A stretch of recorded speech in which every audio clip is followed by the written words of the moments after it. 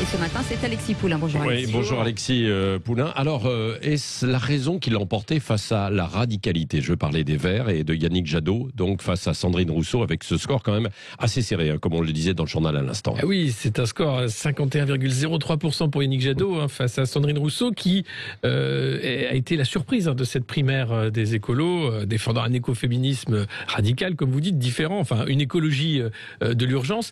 Et Yannick Jadot, qui était le candidat officiel, on va dire, il se voyait déjà candidat des Verts, donc il a pu comme ça réussir son pari, ce qui n'était pas gagné, puisqu'il avait Éric Piolle face à lui, que vous aviez invité d'ailleurs sur ce plateau, qui était aussi un sérieux adversaire. Donc Yannick Jadot, c'est aussi une carrière dans l'écologie, Greenpeace, député européen, mais une écologie compatible avec l'économie de marché. Il a rassuré au MEDEF en disant qu'il n'était pas justement pour une radicalité trop ultime dans l'écologie, qu'on pouvait faire aussi de la croissance en étant écolo.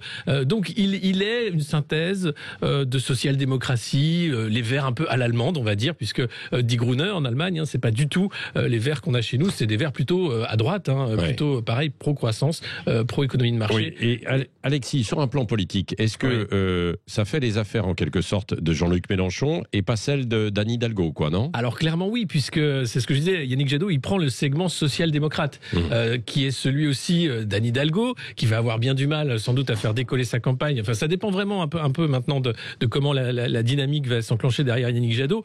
Mais pour tous les électeurs de la primaire qui ont voté pour Madame Rousseau, ils ne vont pas se reconnaître dans cette économie verte, mais pas tant que ça. Et ils vont chercher sans doute la radicalité du côté de Jean-Luc Mélenchon, qui lui défend la planification écologique, des thèmes très proches de ceux de Sandrine Rousseau. Donc les insoumis étaient d'ailleurs hier tous à dire rejoignez-nous maintenant, tous les gens qui sont derrière Sandrine Rousseau sont derrière Jean-Luc Mélenchon naturellement. Et c'est vrai que ça risque d'être un peu le principe des vases communicants. Cette primaire de LV a permis à Yannick Jadot d'asseoir son leadership sur les Verts politiques. Maintenant, l'écologie politique, rarement elle gagne, sauf dans les élections intermédiaires. Mais elle est rarement couronnée de succès dans les élections présidentielles. Oui, il y a eu les élections municipales qui l'ont illustré. Oui, bien sûr, il y a eu quelques maires. Voilà, c'est ça. Tout de même, merci. Il y a quelque chose qui change. Oui.